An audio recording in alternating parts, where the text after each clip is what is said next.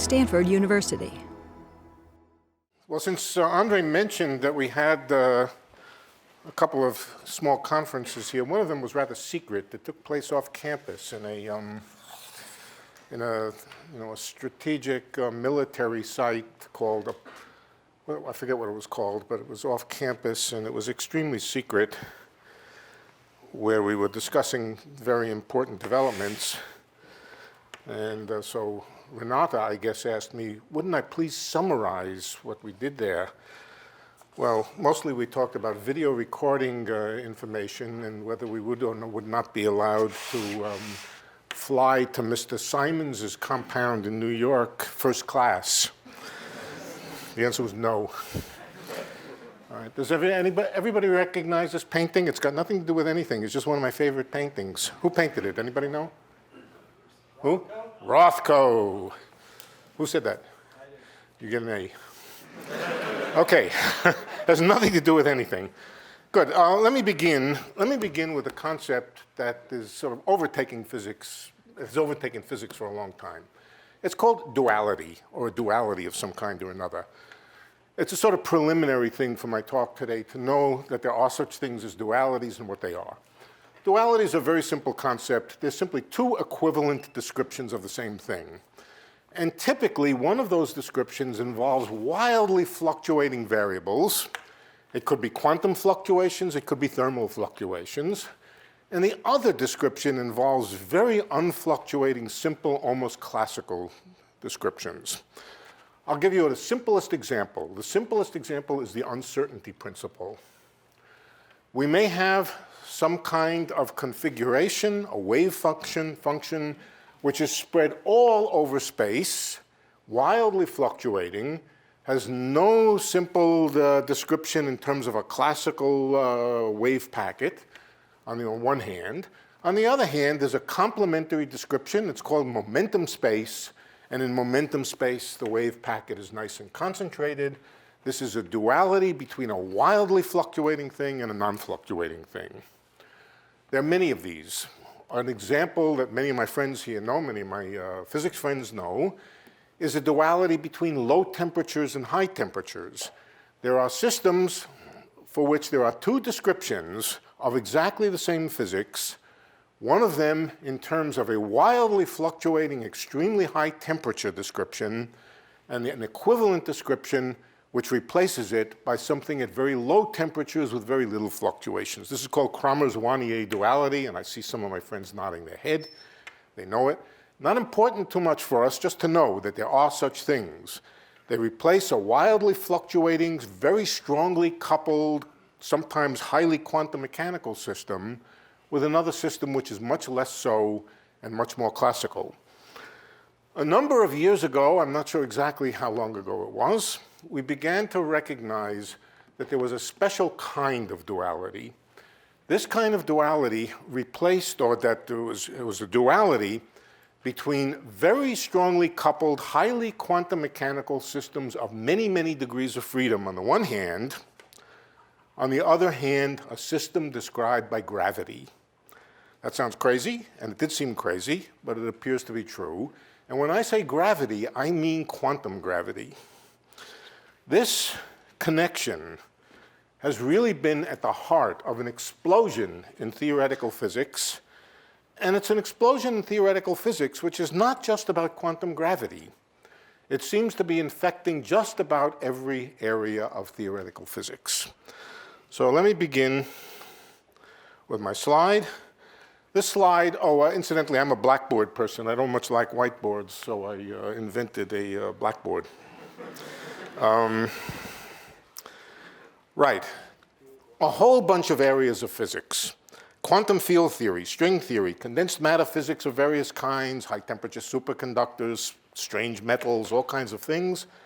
Fluid dynamics, non-equilibrium statistical mechanics and chaos theory. Theory of error-correcting quantum codes. That's a computer science issue, computer science subject, in quantum computer science, if it ever comes to pass. Complexity theory, another thing out of the area of computer science. And black holes. All of these things have been deeply influenced by the same kind of duality. What's at the middle of it? Right at the center of it is, on the one hand, general relativity, and on the other hand, quantum information theory. I think it was this that Andre was referring to when he said that something was going on. And it seems to be something which I don't much like coming and selling things. But I have to say, I have a real sense of excitement that something bigger and better is happening in theoretical physics than I can remember for many years. So whether it will pan out or not, I don't know. Okay, oh boy, this is hard to see. All right, I can see it here. Let me start with an observation of Feynman's from 1980. I think it was about 1980. He asked himself, why is it so hard to solve quantum mechanical problems? What he meant by that is, why is it so hard to simulate them on a classical computer?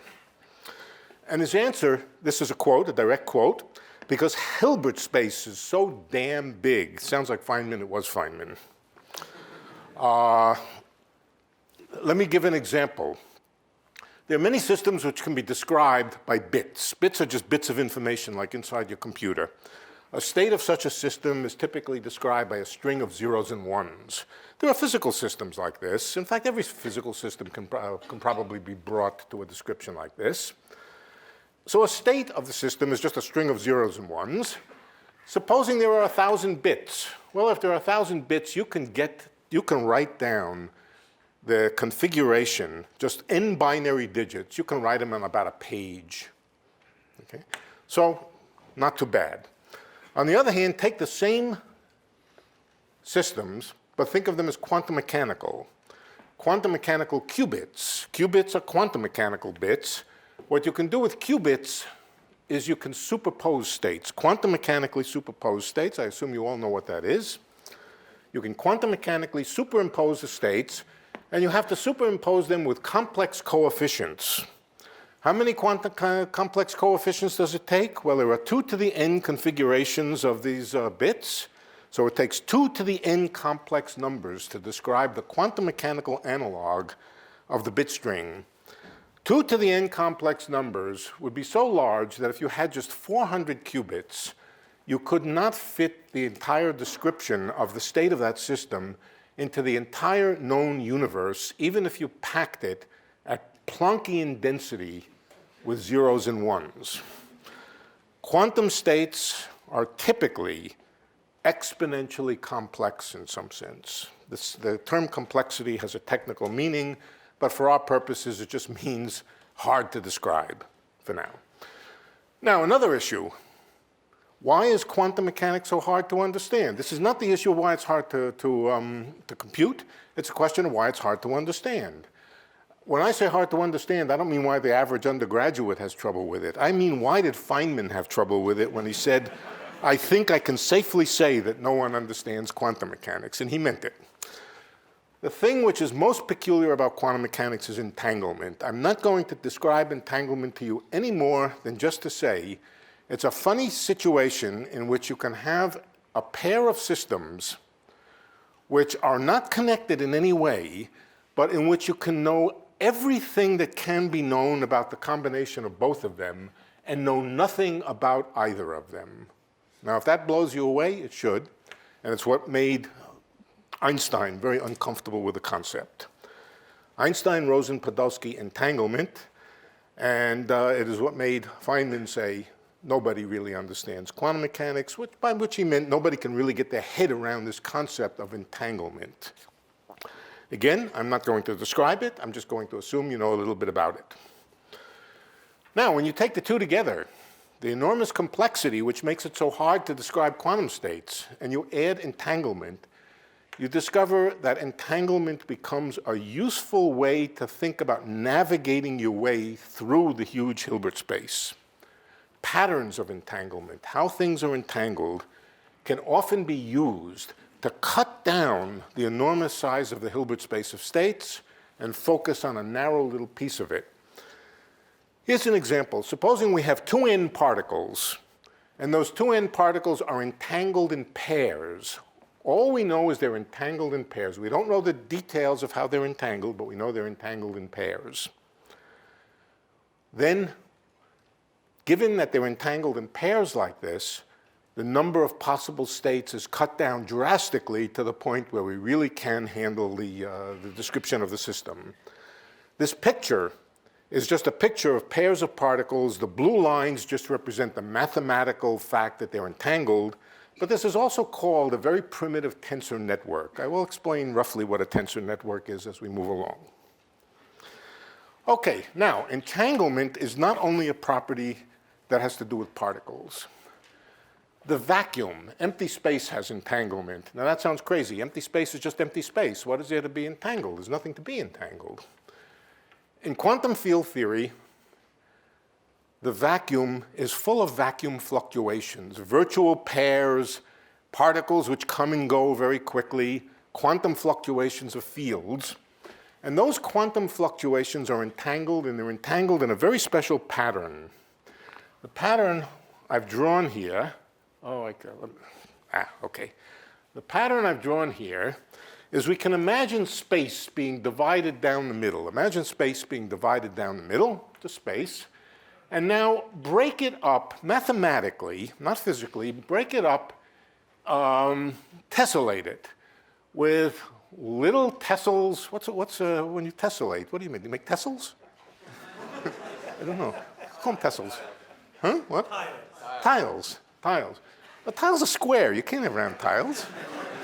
You know what a round tile is called? You know what a round tile is called? Vastly better name. Yeah. You know what a round tile is called? It's called a tessel. Okay. So little round tessels near the place where you divided things up. And as you move away in a kind of scale invariant, fractal kind of way, self-similar way, you make bigger and bigger tessels. This is purely in your imagination. All right? What does the pattern of entanglement look like in the vacuum? Well, it looks approximately like this. Each little degree of freedom, each fluctuating quantum field is correlated with or entangled with a neighbor just on the other side of the boundary that you formed. This one with this one, this one with this one. And if you count up all the number of pairs of entangled degrees of freedom, what you find is that it's proportional to the area of the boundary that separates the two regions. S stands for entropy, and it's called entanglement entropy, and it's just a measure of how much entanglement there is in the vacuum between the left side and the right side, and it's proportional to the boundary area. I just illustrate this as an example of where entanglement comes into physics today in quantum field theory. Here's another example. If the quantum field theory happens to be one-dimensional, well, quantum field theories can be one-dimensional in space, then the entanglement has the same character to it of entangled pairs, but the total number of entangled pairs, instead of being proportional to some area that splits them, is proportional to the log of the total size of the system. You can work that out very easily just from the picture. Mostly, I just wanted to say that such concepts exist. Entanglement, and they tell you something about how the quantum state is constructed, how it's correlated, and how it fits together. All right, now condensed matter systems are much like quantum field theories in many respects. In particular, one particular kind of condensed matter system is called a spin lattice. A lattice of degrees of freedom laid out in space. I don't know what the bottom half of these little circles, I don't know where they went. Somehow, in the process of, yeah, somehow the bottom half of these little qubits, they're supposed to be qubits, got erased. I don't know what happened to them, but they're supposed to be there. There's a bunch of qubits or a bunch of spins forming a spin lattice or forming a condensed matter system. All right. I assume for the moment that they're interacting in pairs, neighboring pairs. If they're interacting in neighboring pairs, that creates a pattern of entanglement between them. And it's a very specific kind of pattern of entanglement. And the question is, if we were condensed matter physicists and we wanted to write down the wave function of this system, the state vector for it, could we use the pattern of entanglement to get a handle on it? The answer is yes. Right? The breakthrough in these ideas were called tensor networks, and they were due to a physicist named Vidal sometime around 2006, and I'm going to describe it to you just in pictures. The real degrees of freedom of this system are the red dots. They're the spin lattice. You invent an auxiliary collection of degrees of freedom, which are really almost a kind of Feynman diagram. The Feynman diagram begins at the bottom with an imaginary particle which splits into two, and those two particles are entangled. Then the two particles scatter. When they scatter, this one becomes entangled with this, and the entanglement propagates through this fake Feynman diagram. As you go up, entanglements on smaller and smaller scales develop, and eventually by the time you get to the top where the real honest degrees of freedom of the system live, not some mathematical auxiliaries that you've introduced to describe it, but the real degrees of freedom, the entanglement structure has been built in by this crazy Feynman diagram, which is not really a Feynman diagram. I just draw it, but it has some similarities with a Feynman diagram. And it represents the entanglement structure of the quantum state of a large number of, they could be atoms. They don't, not really spins. They could be atoms in a line. This was a breakthrough. This was a breakthrough because it allowed us to navigate through the enormous complexity of Hilbert space for certain systems. Here's another example. In this example, the real degrees of freedom, the red dots again, are arranged on a circle, a periodic lattice. This is something condensed matter physicists are always interested in, a periodic lattice. How do you fill it in with a tensor network in order to describe the state of the boundary? Here's the kind of tensor network you would draw. Again, it's a tool for calculating the boundary, for calculating the wave function of the little qubits that live on the boundary.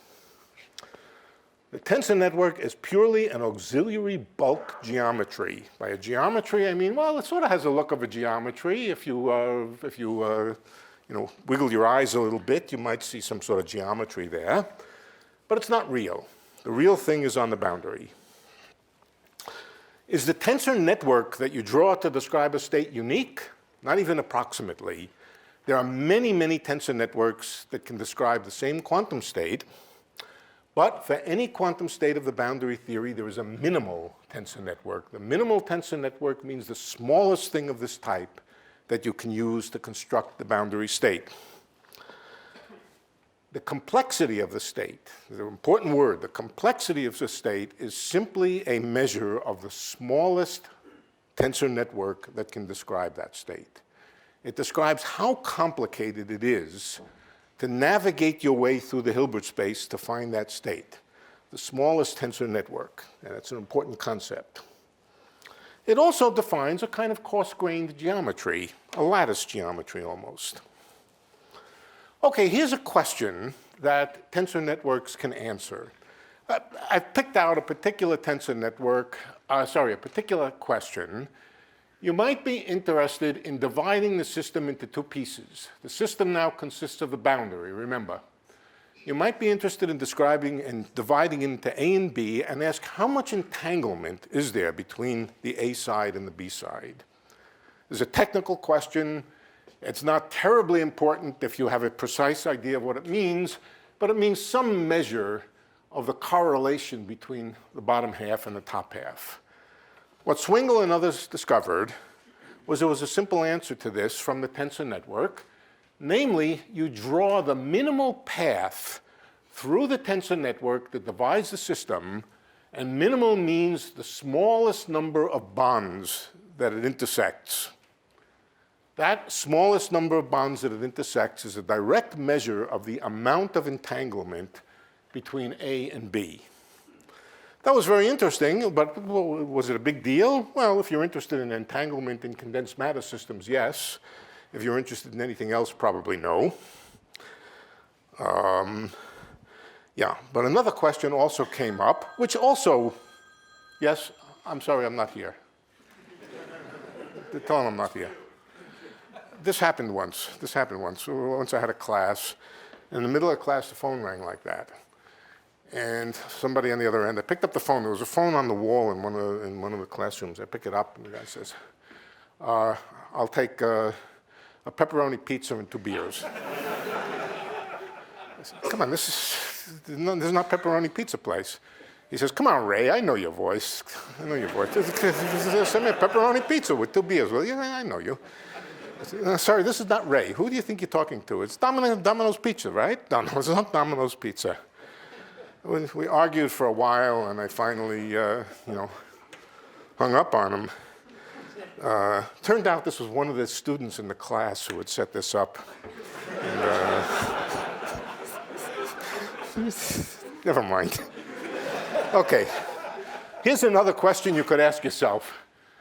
Is there a way to break, given that 2 parts of a system are entangled, can you break the entanglement? Can you do something to destroy the entanglement? The answer is yes, you can. You have to feed energy into the system, but you can destroy the entanglement.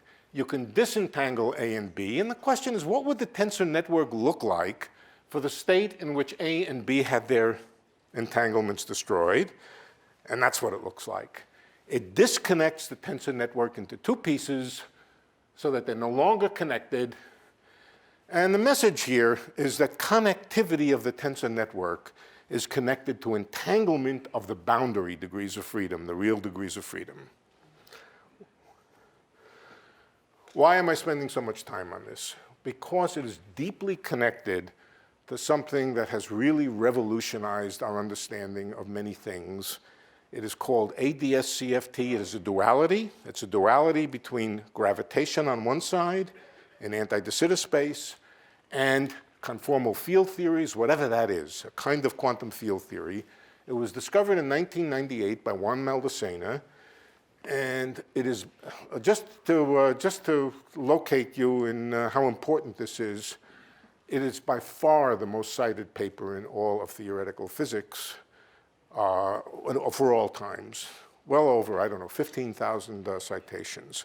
It is very important, and I'm going to try to tell you a little bit how it fits together with this tensor network story. This is a picture of anti-de Sitter space. Of course, it's not. It's a picture, an Escher drawing, but it is a picture of the geometry of anti-de Sitter space. Now, anti-de Sitter space is a space-time. It's not just a space. It's a space-time with a t direction and a space direction. This is a picture of the space slice through anti-de Sitter space at an instant of time. What does it mean? Well, what it means is this is a picture of a geometry. You should imagine that every angel or every devil has exactly the same size as every other devil, but because of the curvature of space and the warping of space, when you plot it like this, it makes the devils near the boundary look very small, and the angels and the devils near the center look large. The phenomenon is the same mathematical phenomenon that makes Greenland look bigger than Africa. Greenland is not bigger than Africa. But because of the curvature of the Earth, when you plot it on a plane, Greenland comes out looking much bigger. The same phenomenon, mathematical phenomenon, distorts all curved spaces when you try to lay them out on the plane, and this is what the space of anti-de Sitter space would look like. Well, anti-de Sitter space is a space-time. It has a time axis, it has a space axis. Up in here, that we put in all the angels and devils. I couldn't draw them in. I'm not Escher. I can't draw them in, so I left them blank. And the bulk of the space-time, looks like a can of soup. I've repeatedly, of course, it doesn't have a bottom and a top. It just goes on forever, but it looks like this. This is anti-de Sitter space. What Maldacena discovered is that there were 2 descriptions of the same thing, a duality. And the duality had to do with quantum field theory, where the quantum fields live on the boundary of the space-time, on the label of the can of soup, and something else. The something else being gravity, but we'll come to that. Okay, what's this drawing here? This is not the Campbell soup can label badly drawn. This is a Feynman diagram for the field theory on the label. And it's supposed to be representing a Feynman diagram starting a particle enters over here, a particle enters over here and goes out over here and over here, a scattering process. Why is it so complicated? It's complicated because the quantum field theory is very strongly coupled. It's one of these quantum field theories which is so hard because the Feynman diagrams are so complicated that nobody can calculate it. What Maldacena discovered is that it is completely equivalent to a very simple Feynman diagram, except that the lines of the Feynman diagram go through the soup, through the bulk, through the interior of the can, number one. But they're very simple, easy to calculate. And those lines represent particles. What kind of particles? Gravitons. Gravitons, or gravitation in the bulk, is somehow equivalent to quantum field theory on the boundary. This is what Maldacena discovered, how long ago? 1998. And it has revolutionized theoretical physics tremendously. Okay. This, again, is a picture of the space of anti-de Sitter space. And let me ask a question. It is not the kind of question you would be likely to ask, but I'm going to ask it anyway. Remember, there is a boundary quantum field theory that lives on the boundary. And supposing, once again, we were interested in the entanglement entropy between two halves of the field theory on the top and the field theory on the bottom. The vacuum. How much entanglement is there? Well, a number of years ago, in another very brilliant discovery, two physicists named Ryu and Takeyanagi discovered that the answer to this, mathematically, is to draw the shortest geodesic that cuts A and B into two parts, and then just the length of that geodesic. Does that sound familiar? It should, because I just said something quite a bit like it a few minutes ago, but that's what they discovered. Next, another physicist by the name of Van Ramsdonk, who spoke here about 2 weeks ago, asked the question, what would happen if you did something that destroyed the entanglement between A and B? What it does is it breaks anti-de Sitter space into two pieces. All right? This should be familiar. I just said something like it about tensor networks and condensed matter physics systems. There again, there's the tensor network describing a system that lives on the boundary, but which is being described by this kind of Feynman diagram tensor network. As discovered by Swingle and others, if you're interested in the entanglement between the top half and the bottom half, just find the shortest path through the lattice and count up the number of links, very much like calculating a geodesic length. And if you want to destroy the entanglement, it breaks the tensor network into two parts. What's the message here? I've just given you some very simple examples of something, but the message is that somehow anti-de Sitter space, thought of as a real space-time, a cosmological space-time, the bulk of it is somehow the tensor network for representing the state of a boundary quantum field theory. This was big news. I mean, this is not a small thing. The bulk is being described by quantum gravity, the boundary by a strongly coupled quantum field theory. But the bulk space-time, the soup in the can, is also a real space-time in its own right. Anti-de Sitter cosmology, the space-time is the soup in the can, not the boundary label. The only difference between the boundary label and the soup of the can is the boundary label theory does not have gravity. It's just a common garden variety quantum field theory. The soup in the can, the space-time in the interior, has real gravity and quantum gravity in it. So this obviously caught the notice of physicists very strongly. Okay, let me go on and say, studying the ground state of anti-de Sitter space and the ground state of condensed matter physics systems is very interesting, but it's not all there is. You can heat systems up. You can put energy into them. You can make them vibrate. You can make them do things. And when you do, you can ask what the quantum states look like when represented as tensor networks. In particular, supposing you put enough energy in to heat the degrees of freedom that are being described in the boundary of the condensed matter system. How do you describe the resultant state as a tensor network? The answer is, first of all, the excited states are much more complex than the ground state. They must require a bigger tensor network. that's practically a theorem. The more complex a state is, in the sense of Feynman, in the sense of this enormous amount of complexity that Feynman talked about, the excited states are more complex and therefore require a bigger tensor network. The answer, I will tell you the answer. You carve out a piece of your original tensor network and you plug into it a bigger tensor network that has more structure than the original that described the ground state. The more complex the state, the bigger this bag of goodies is. Okay? And you just plug it in. I couldn't draw it in a plugged-in way, but that's the way it works.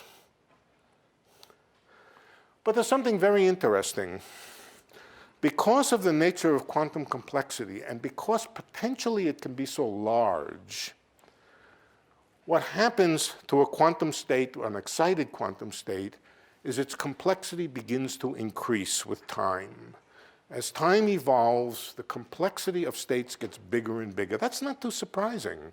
You take just some random starting point for a bunch of degrees of freedom and let them go.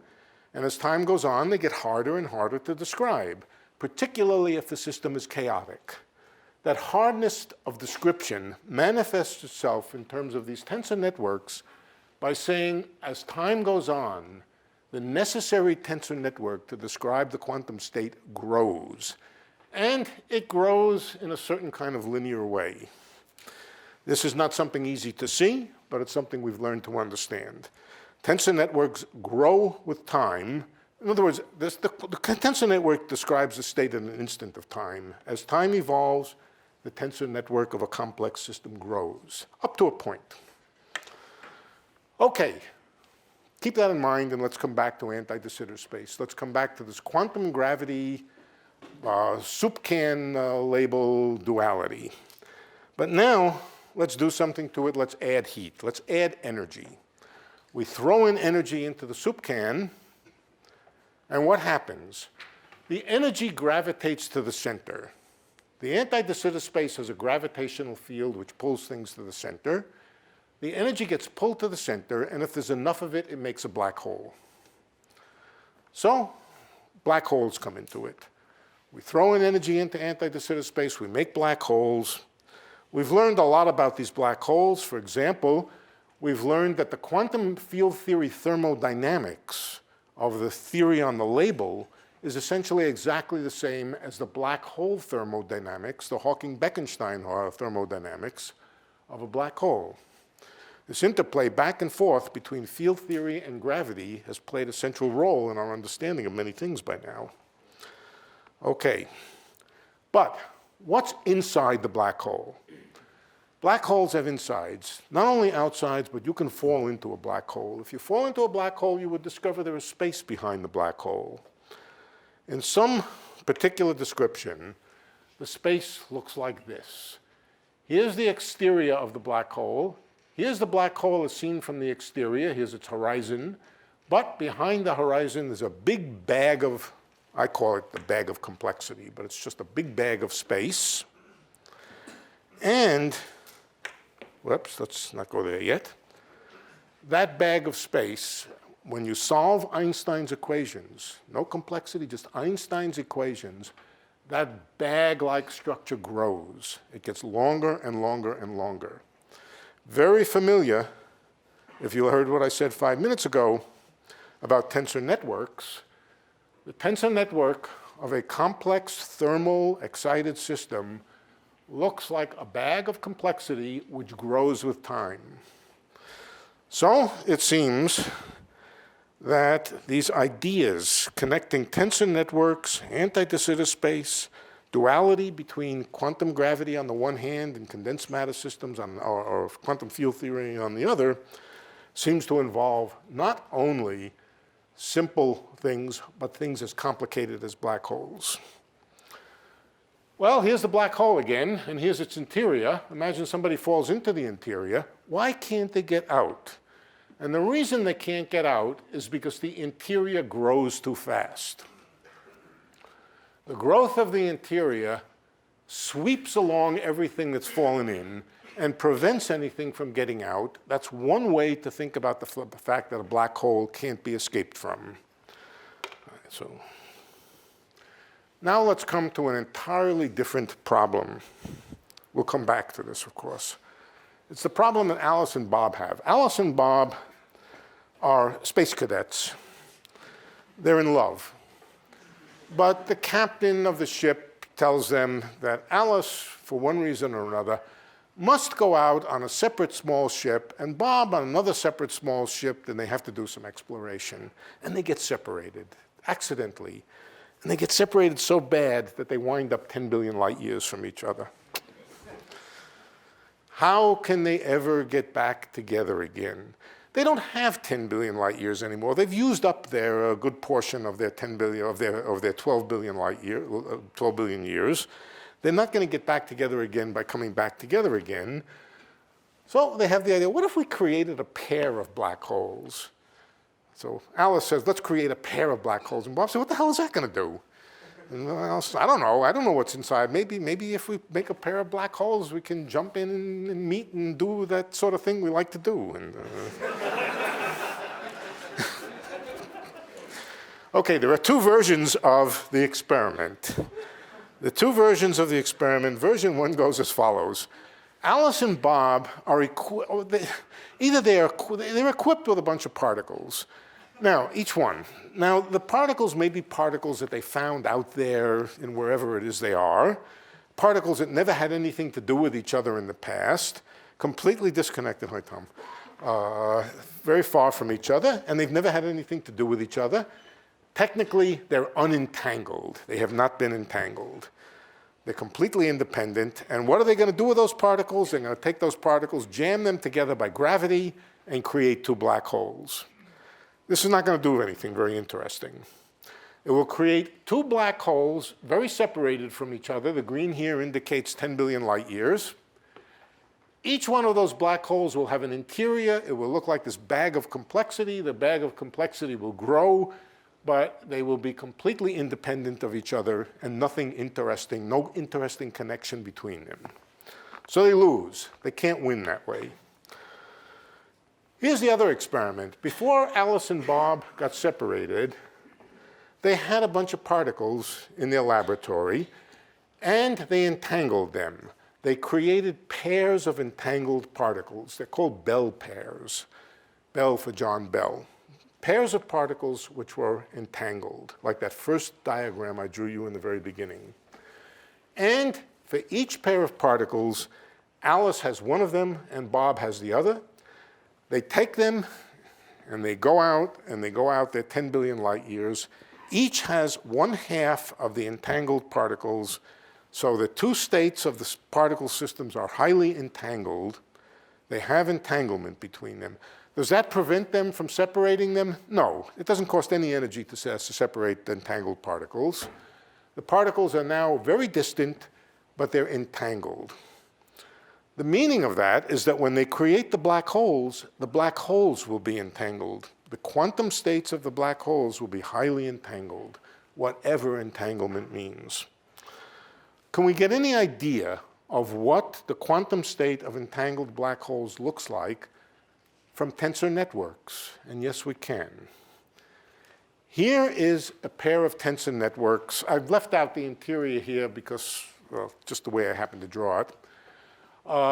Two tensor networks for two completely disconnected systems of boundary degrees of freedom, or two completely disconnected systems. They're not entangled. Here's one, here is the other. That's what it looks like. Let me compare that with what the tensor network would look like if these, and these could be very far from each other. It doesn't matter. They could be at 10 billion light years from each other. But what would the tensor network look like if the two halves were entangled? Well, here's the best I can do to draw it.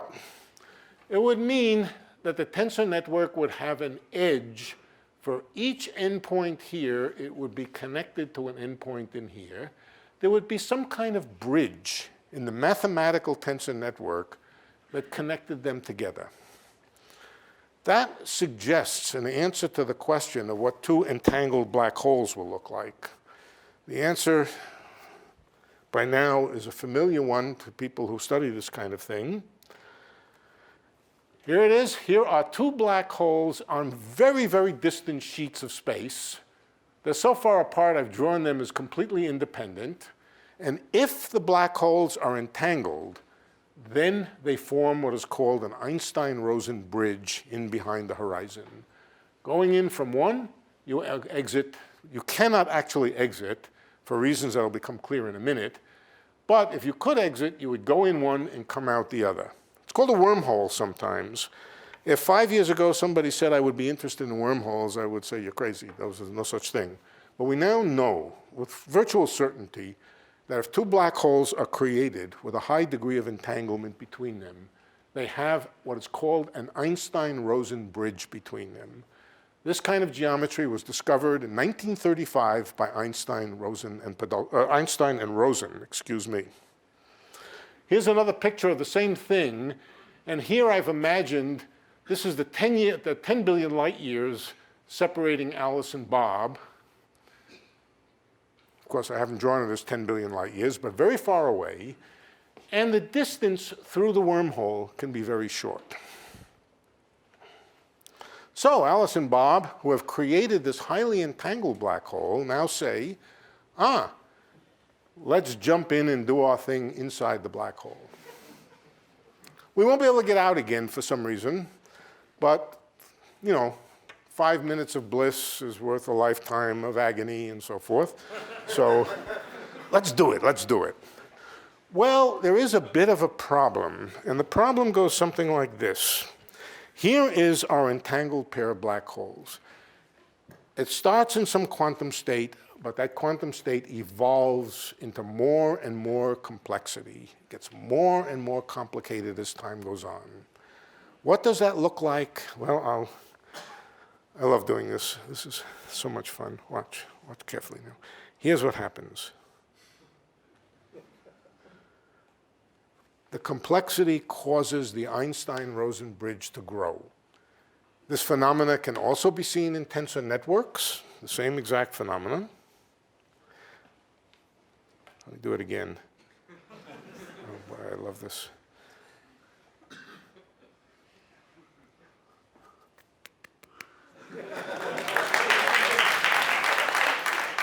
Okay.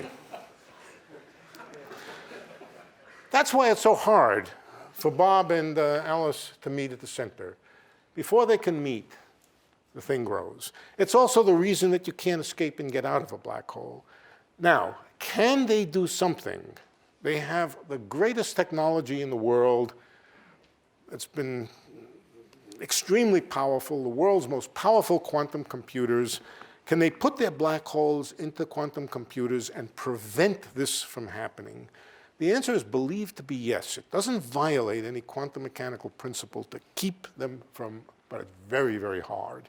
Whether it's possible or not is not clear in principle, but Alice and Bob cannot easily prevent the system from growing in between, and so they get frustrated. They can't do it, but still, in principle, there is a connection between their entangled black holes that doesn't go through ordinary space, not the long way around, but a short way through.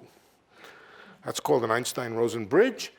And the equivalence of Einstein-Rosen bridges with entanglement, yes, I didn't tell you the acronym that goes with this. The acronym for this equivalence between entanglement and spatial connectivity is called ER for Einstein-Rosen bridge, and EPR, which stands for Einstein-Podolsky-Rosen. Same Einstein, same Rosen. Podolsky was a newcomer here. The curious thing is that the discovery of Einstein-Rosen bridges and the discovery of entanglement by Einstein was the same year, 1935.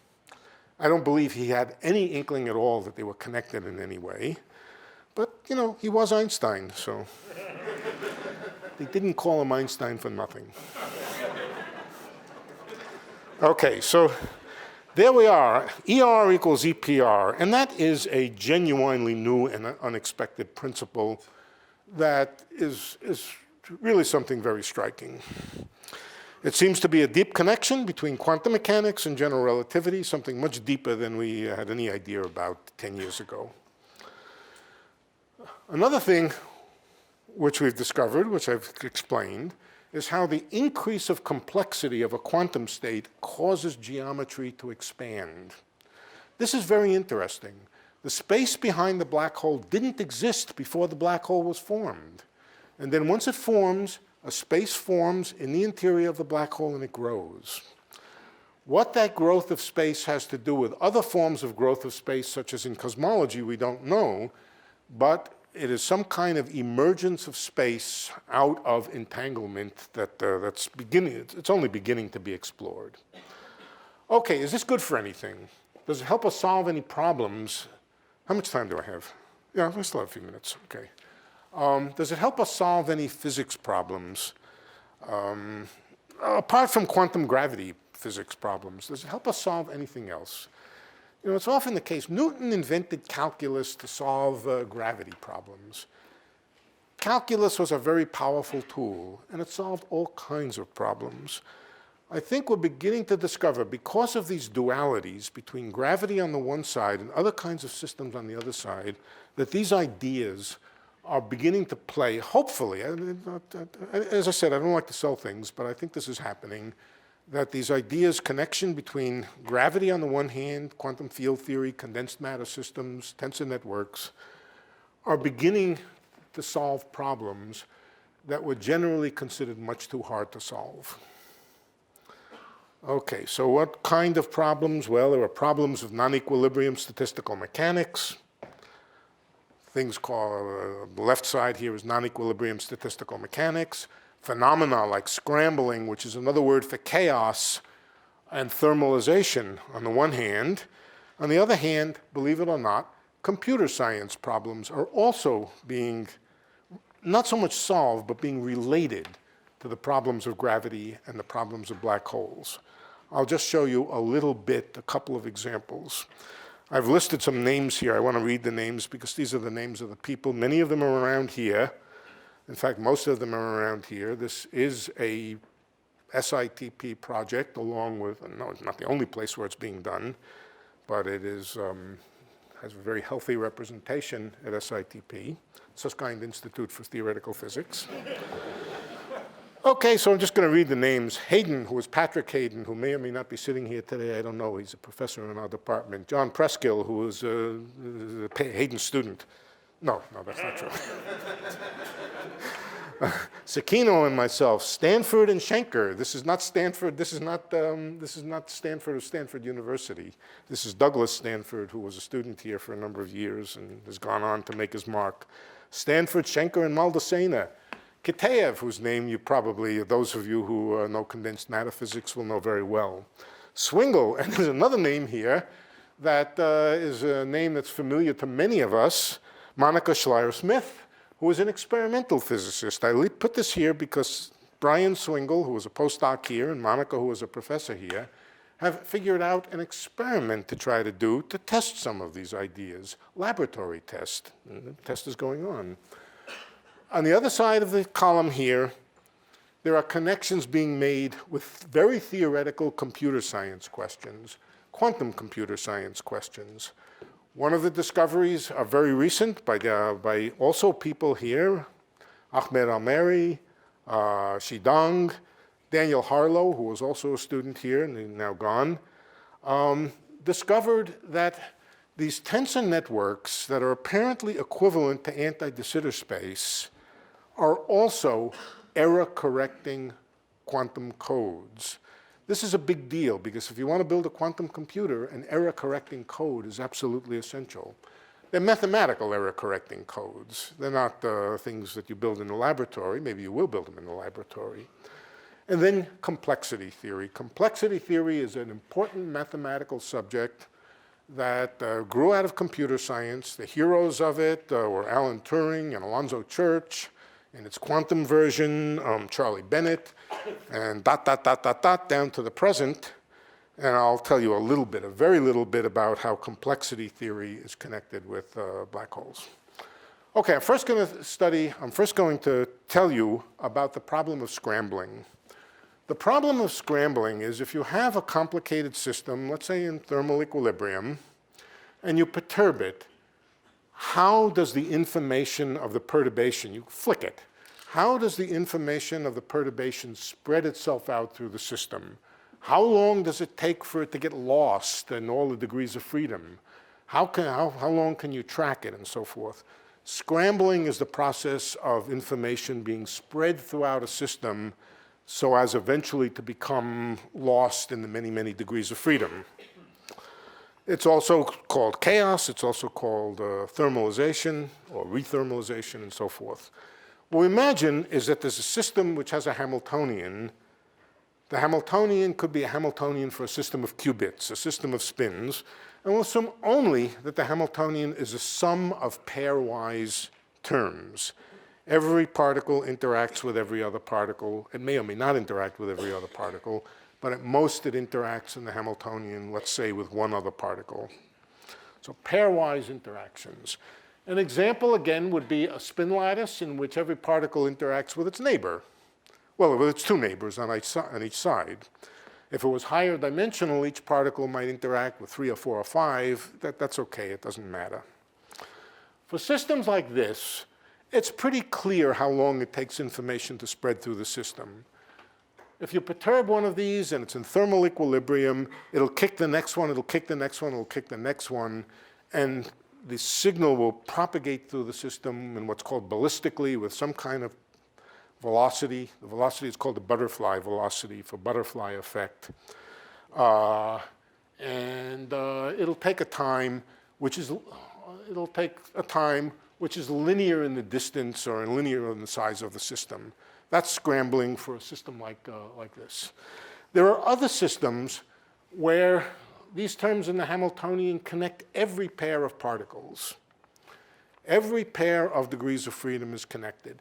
An example that might be something like this would be a large, very complex molecule where everything is jammed together enough so that everybody couples to everybody else. But again, with pairwise interactions. This is a large, complex molecule. This is a spin chain. All right. The large, complex molecule thermalizes or scrambles much faster than the spin lattice. And I'm going to give you a model for how it scrambles. Here's the way it works. Imagine in this room here that somebody is infected. Well, let's not be that grim. Somebody has some black ink on their hand. Nasty kind of black ink, but not enough to kill you. Just Pierre over there has black ink on his hand. Now, we're going to play the following game.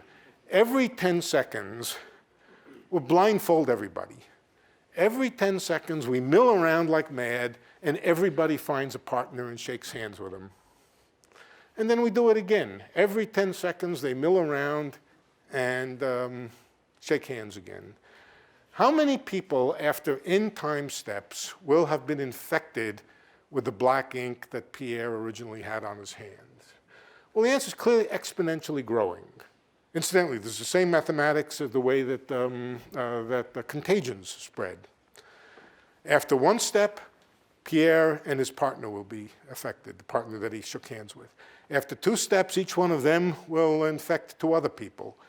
The infection will grow exponentially, but this is assuming that anybody can interact with anybody else. If we just had a long chain of people, each one can only interact with his neighbor, it would spread much more slowly.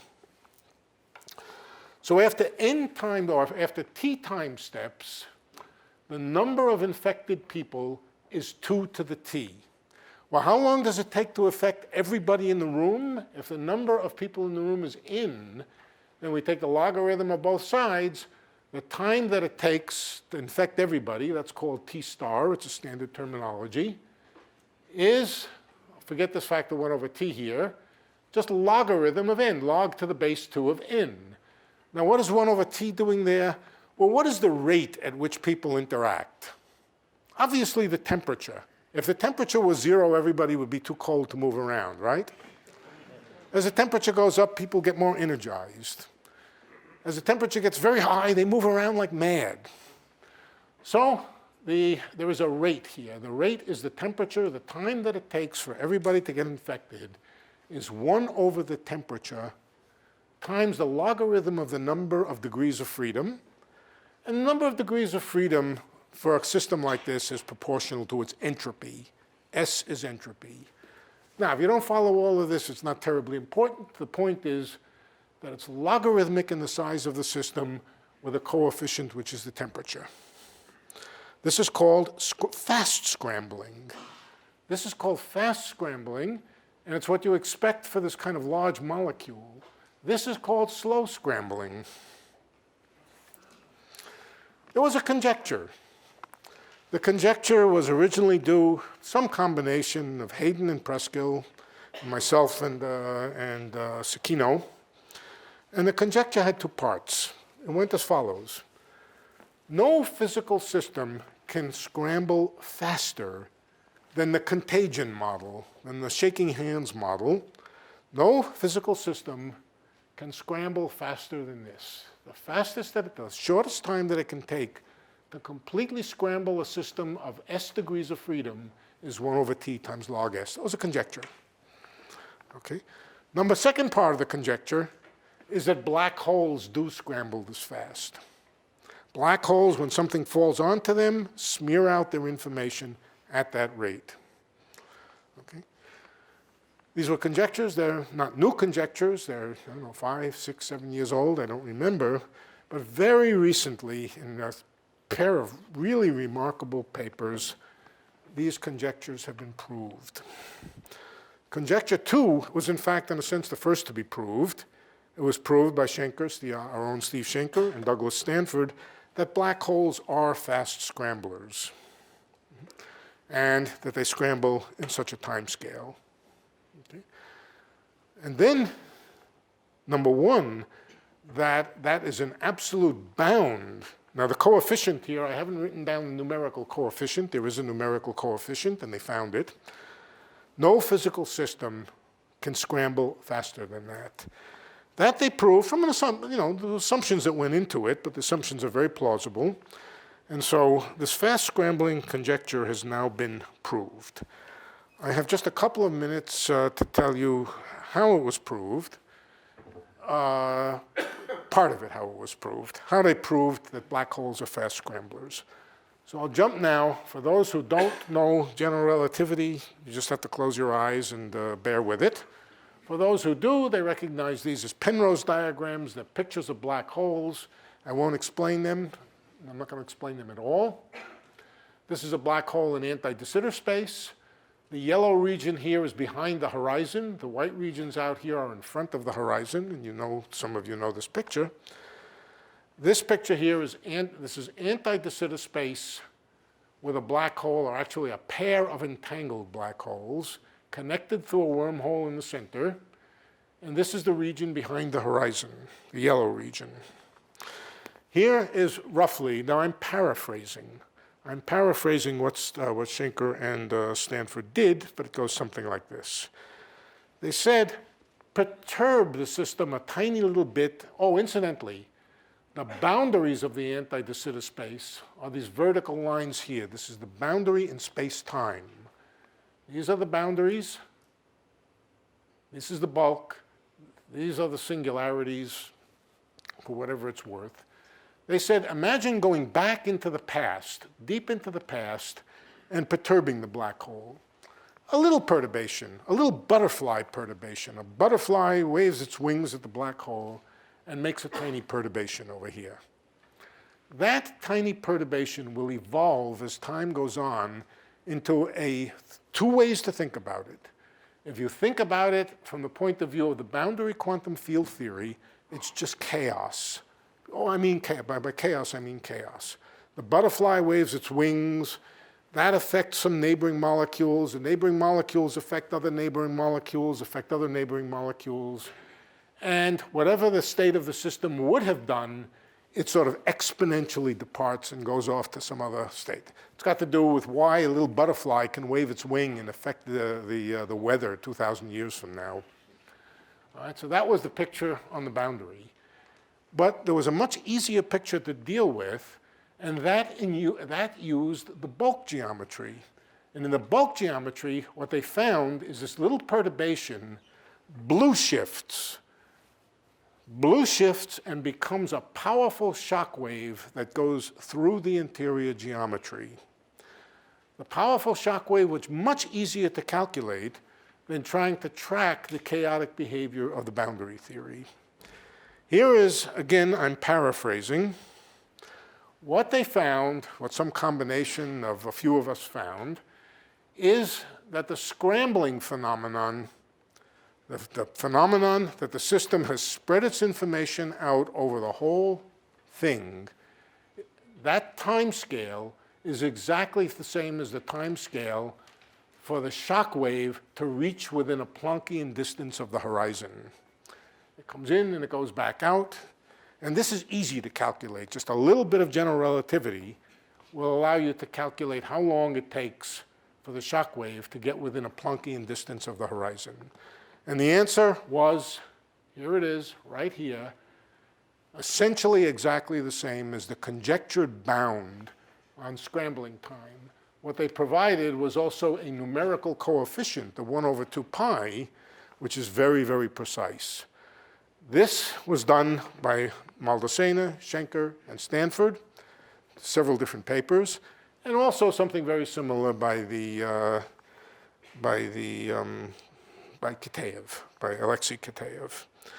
So this essentially proved that black holes are fast scramblers. They were also able to prove that nothing can scramble faster than that. All right, I think I will, yeah. Let me more or less finish up. I don't have time to talk about complexity, which is a fascinating subject in its own right, but I think I'm finished, so I'll quit here. But some of these ideas are testable. They're testable in the laboratory. Why? Because quantum mechanical systems, large quantum mechanical systems of atoms can be built. They can be caused to interact rather strongly. Remember what I said in the first place, that there are now believed to be dualities connecting strongly interacting large systems with gravity problems.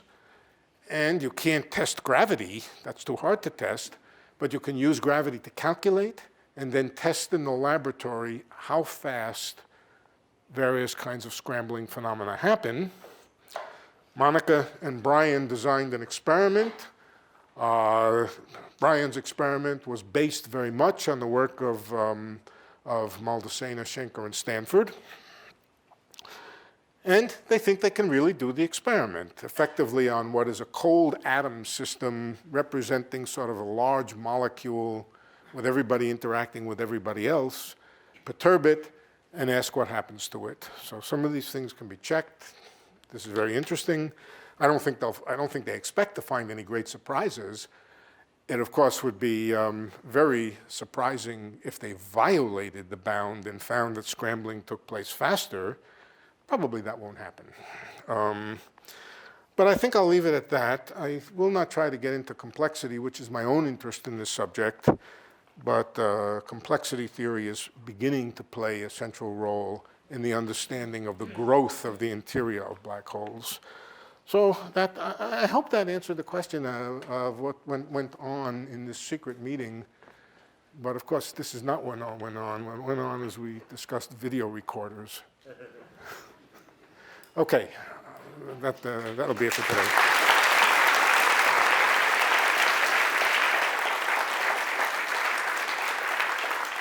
Of quantum complexity of a state. This is Feynman's observation, that there are huge, huge numbers of states in Hilbert space, and the time that it takes to explore all of them can be exponentially long. The increase of complexity, technical complexity, gate complexity, whatever that is, the increase of technical complexity of the quantum state of the anti-de Sitter space black holes, that appears to be dual to, which means another description of the growing space behind the horizon of the black hole. So that's something which I don't have time to describe, but what we think now is that the complexity is actually equal to the growing action of a region of space-time. And that's being explored now. But that's a subject for another time, because it just isn't time.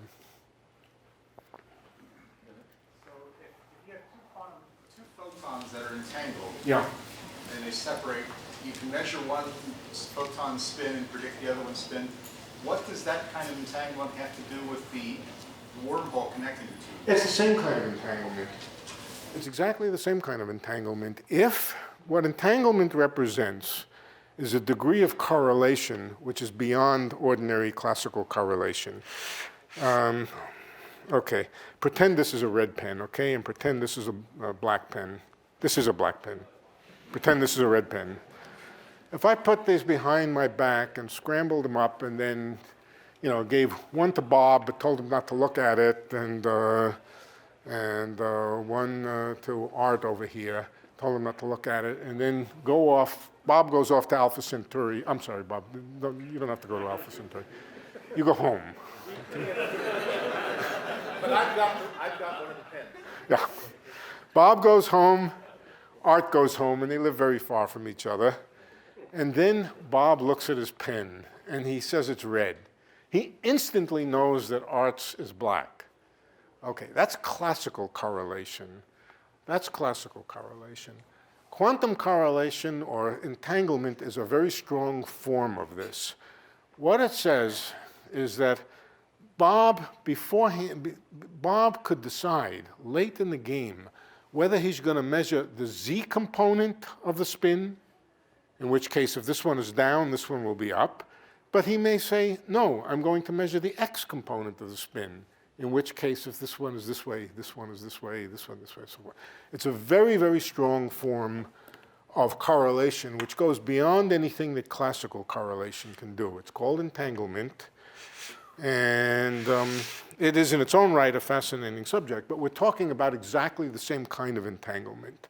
So if Alice and Bob have two black holes, and Alice decides to do an experiment on her black hole, if they're entangled, she will immediately know something about Bob's black hole.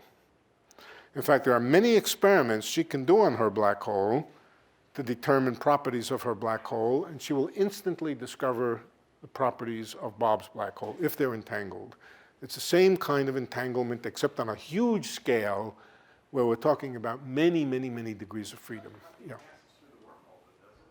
No information or anything passes through the wormhole. That's right. Nothing can go from one outside to the other outside. However, it seems what is possible, and it violates nothing that we know, that two people can jump into the interior and meet in the center, but they cannot get that information back out.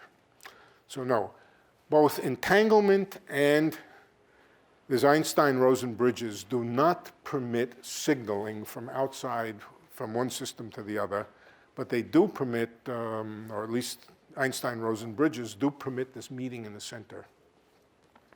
So here, up here? Yeah. So you made this equivalence between the bridges and the entanglement. So is space just filled with wormholes? It's just wormy. Yeah, that's the kind of message. However, if we only have two particles which are entangled, let's call it a wormhole. The wormhole is of highly quantum mechanical character, probably too quantum mechanical to say there's any kind of classical geometry. It's only when there's enough entanglement concentrated into very, very dense collections of entangled things, that means black holes, that it manifests itself as spatial connectivity of a kind of classical geometry. Yeah.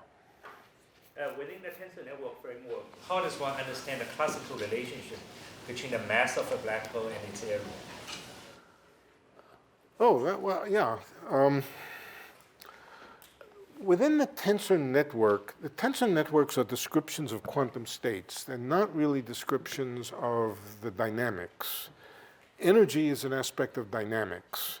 So I think the tensor network, it's fair to say, does not describe that connection, but the ADS-CFT version of it does. You have boundary quantum field theory, you heat it, you put some energy into it, and you ask, the question you can ask is, what is the thermodynamics of it?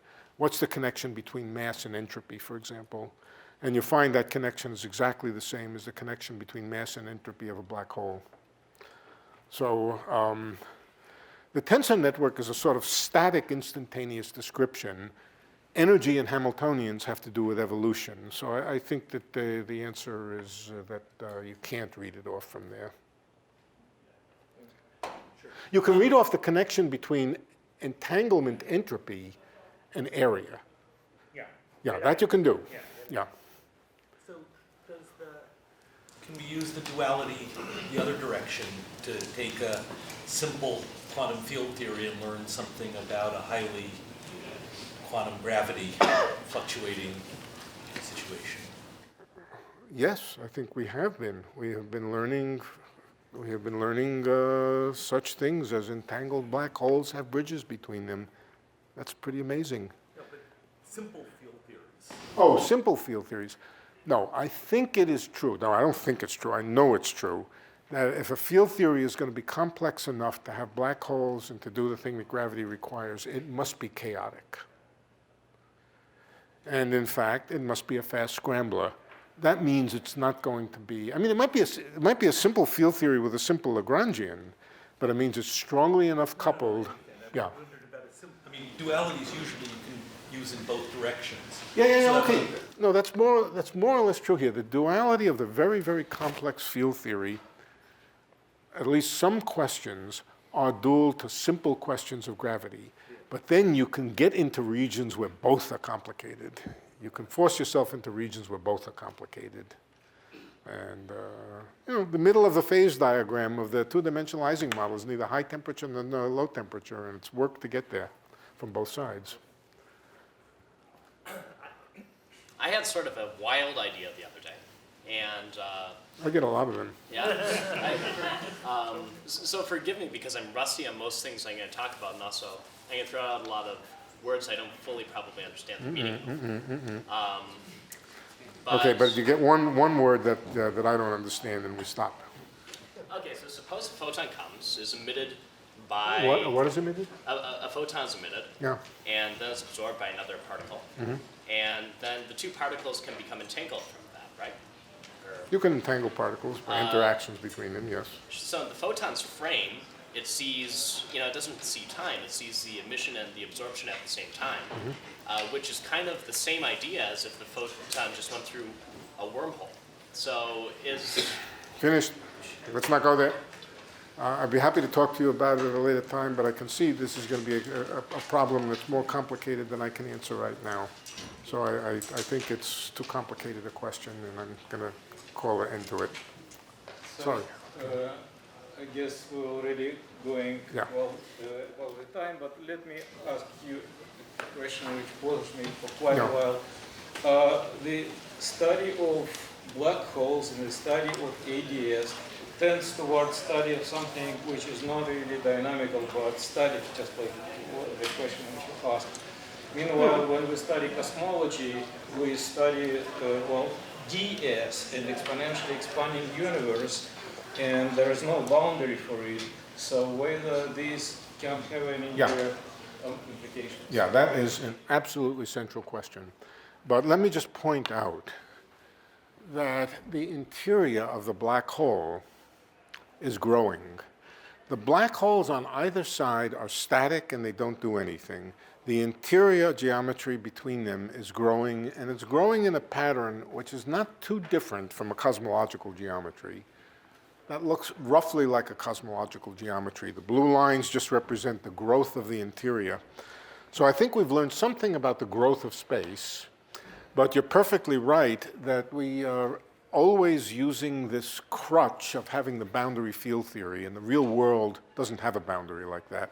So I think the answer is that this is the next question, and I don't think we have a good idea how to. Okay, so we should invite Lady here later. Okay, thank you so much. For more, please visit us at stanford.edu.